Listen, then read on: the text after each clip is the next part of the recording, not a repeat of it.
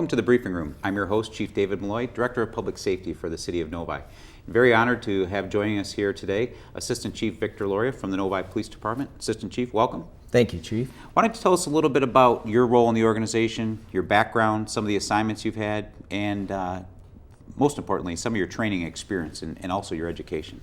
Well, I joined the Novi Police Department in 1988, and as a matter of fact, today I start my 24th year with the organization. I've had a variety of assignments, started out in patrol, worked police canine dog for a few years, was fortunate enough to be promoted to the rank of detective.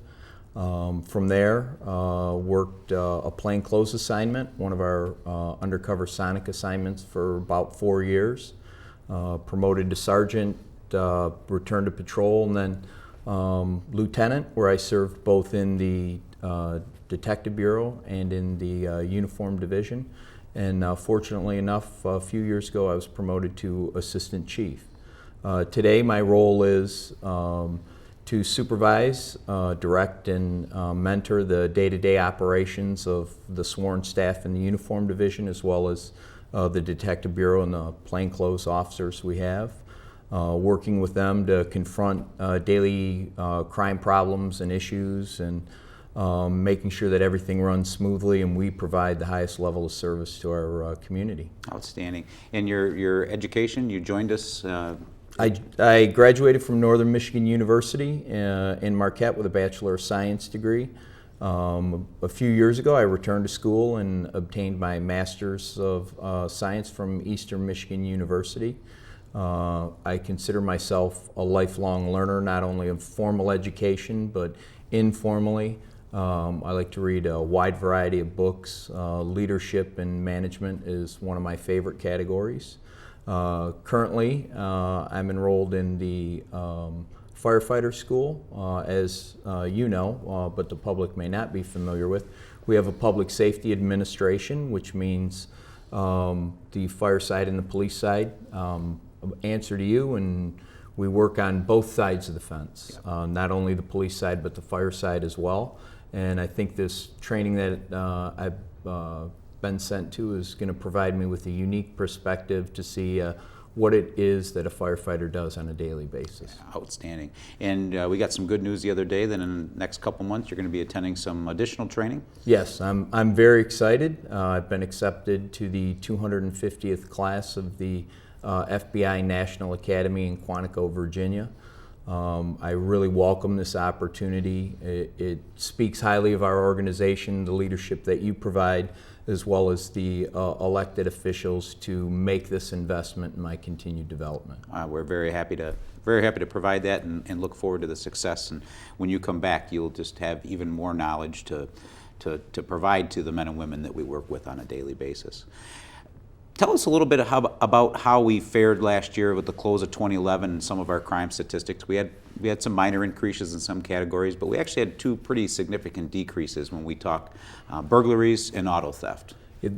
The burglaries and auto thefts were two things that we really focused in on. We had some increases in 2010, and one of our performance goals was to reduce both of those categories. We saw significant reductions in burglaries, down almost 15%, and car thefts down 20%. We're very happy with that goal and obtaining that, but we continue to focus in on that in 2012 and drive those even lower. And I know one of the items that we're focusing on that we saw an increase, we have a very large entertainment venue, if you will, with a few alcohol establishments, and we had some assaults up there. And, yes. and we're going to be looking at conquering that. That is one of the things that we focus in on and confront on almost a weekly basis, those Friday and Saturday nights. We have a large group of people that come into the city and frequent these businesses. It's not uncommon to see officers on foot, on bike patrols, and mobilely in their vehicles patrolling those areas. It has been identified as kind of a hot spot, and we put our officers in the areas that require the greatest amount of attention. it will be a focus of ours in 2012. Not only from the police side, but we will partner with the business owners to see what we can do to assist them in alleviating that crime. And we've talked in previous editions of the briefing room about crimemapping.com, a new offering we've had in the last few months, and that helps keep the citizens informed. But we also look at these crime stats on a daily basis. Tell the viewing audience what we do to measure those in the meetings we hold every single week. Well, we hold a weekly meeting called our ComStat meeting, which is usually held on Tuesdays at 2:30. We pour over statistics not only from the police side but the fire side as well. Crime trends and patterns is a focus of that. Not only looking at what happened, but what can we do about it into the future. The crime mapping is a very valuable tool, not only for the public, but also internally for the officers and the command staff. We actually review our crime trends twice a day. Each shift puts out a summary of significant events that occurred over their shift. And every morning, Monday through Friday, the command staff sit down to review those trends and patterns and to discuss how we are going to deal with them in the future. Also, if it occurs weekends, holidays, some type of significant trend develops. As you well know, we wake each other up, discuss those things maybe in the middle of the night or 11 o'clock on a Saturday morning while you may be at a soccer game, I may be at a hockey game. It's a 24-hour day, 7-day-a-week operation, and we always have our finger on the pulse of what's going on. Yeah, I think we're, and I can say this confidently, we're ahead of where a lot of organizations are. I know a lot of organizations, they look at their crime stats once a month. They look at some of their if they have performance measures, they might look at those once a month, where we're looking at those daily, sometimes twice a day, but we're always keeping our fingers on the pulse. And we're talking not just crime reduction measurements, we're talking how quickly our dispatchers are picking up a 911 call, how quickly our officers are getting to the scene of a priority call, how quickly our firefighters are getting from the station onto the truck, from the truck to the curb. There's a dozen other measurements that I'm missing from the idle time on our police cars. We know that's one of the most damaging things for a car to do is sit and idle, and we've been able to bring that down exponentially just by having a valid performance measurement. I am absolutely confident we are at the cutting edge, one of the leaders in performance measurements, and not only measuring what it is we do, but taking action on that. And proof of that is that on a weekly basis, we receive a telephone call from some other organization that says, hey, what are you guys doing? How do you do this? How can we implement this in our department? We have pushed this to the next level. And it's not just something that's embraced by the administration, it's throughout the entire organization. We have ownership of it. That's great. That's fantastic. Well, we're going to take a real quick break here on the briefing room, but when we come back, we're going to talk about some of the successful initiatives we've had in these last couple years at the Novi Police Department. Stay tuned.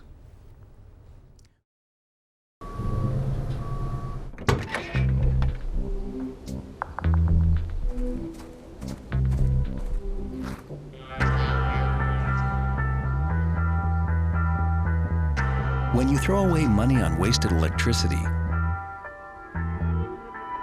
you're throwing away everything you could have bought with it. Saving energy saves you money. Learn more at EnergySavers.gov.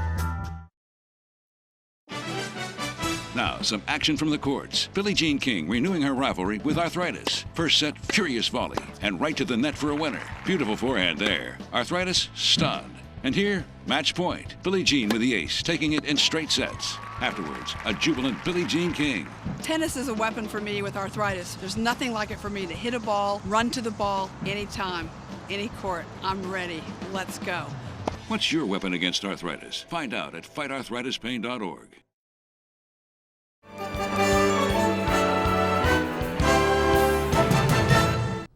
Welcome back to the briefing room. I'm continued to be joined by Assistant Chief Victor Lauria, who commands our police operations at the Novi Police Department. Chief, one of the initiatives a few years ago you were spearheaded and actually led was the construction of our Firearms Training Center. Tell the viewers a little bit about, number one, how that came to fruition, how much it cost, and how much you were within budget.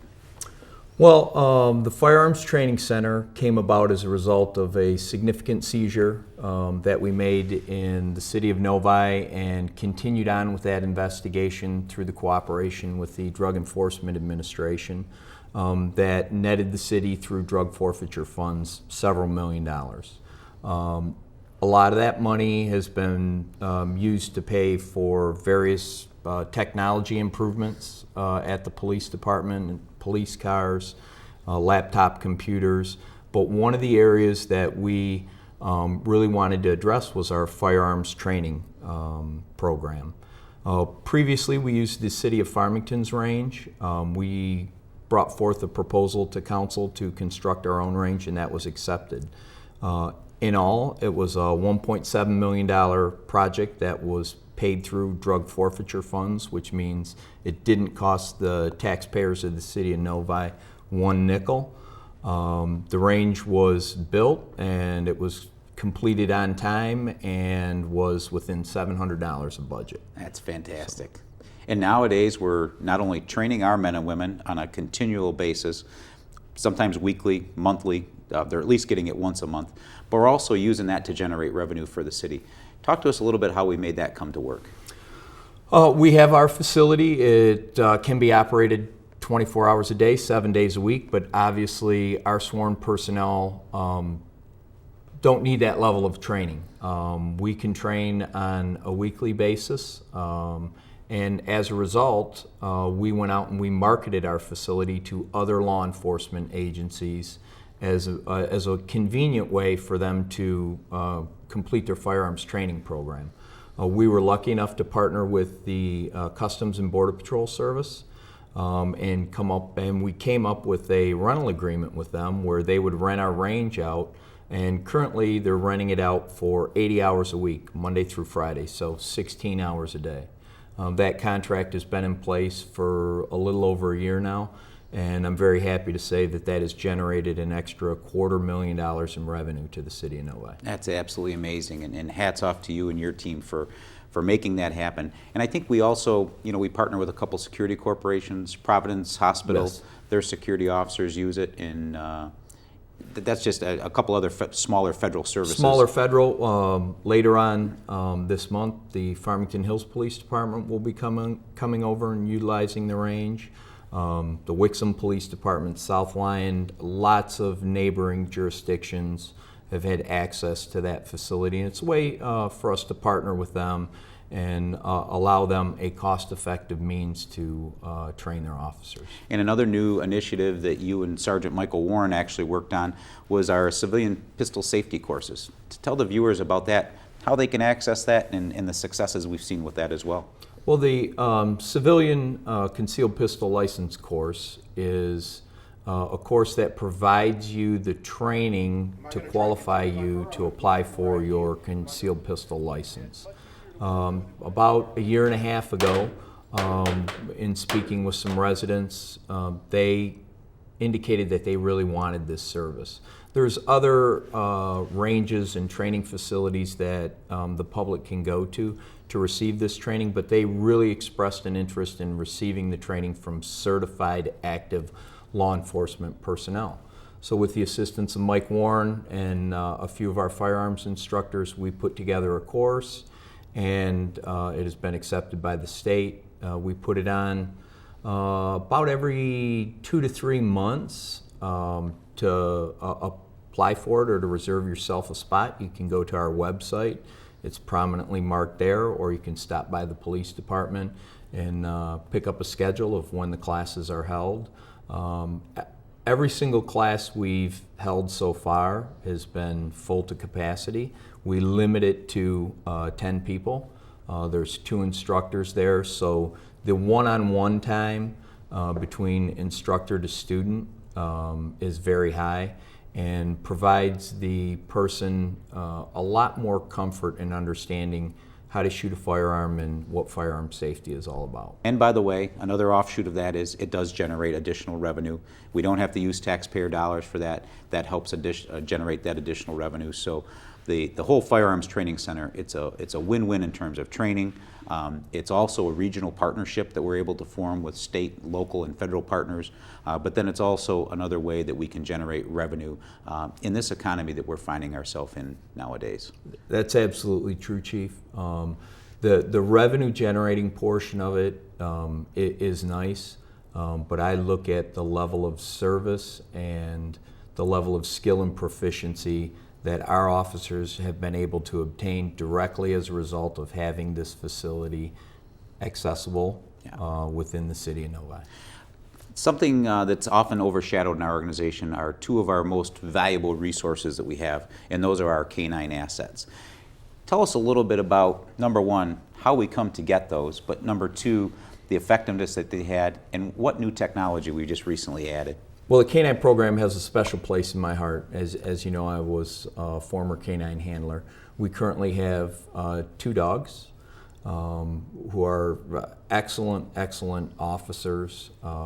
They provide us with the opportunity to do building searches, area searches, track individuals, as well as narcotic detection. Those services are provided also by the state police in the county, but if you need them, you have to call for them. If they're available, then you have to wait for them to arrive. With having these assets here with our department, they're immediately deployable. Over the past few years, technology has really advanced, and one of the pieces of technology that we recently purchased for our dogs were GPS tracking devices.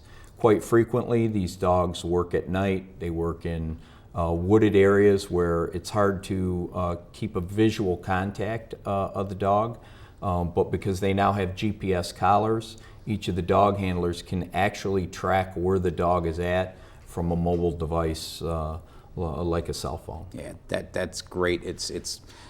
The dogs are very precious to us. Obviously, they're a member of the dog handler, the officer's family.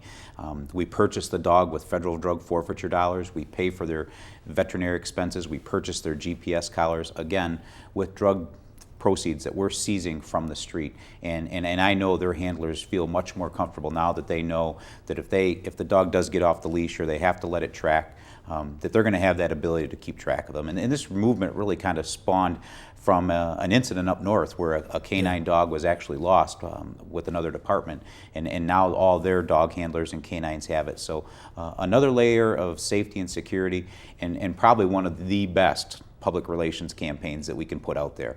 Everyone loves the dogs. They absolutely do. I think years ago, police dogs had a reputation of being ferocious, but if you saw our dogs,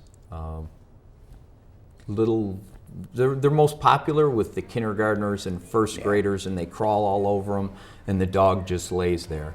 When you get the dog into a work environment and it's time to work, they're working dogs, they get excited, and they're ready to go to work. But the level of control that our handlers maintain over these dogs is fantastic. Yeah, and we all work, and we're all rewarded for our work.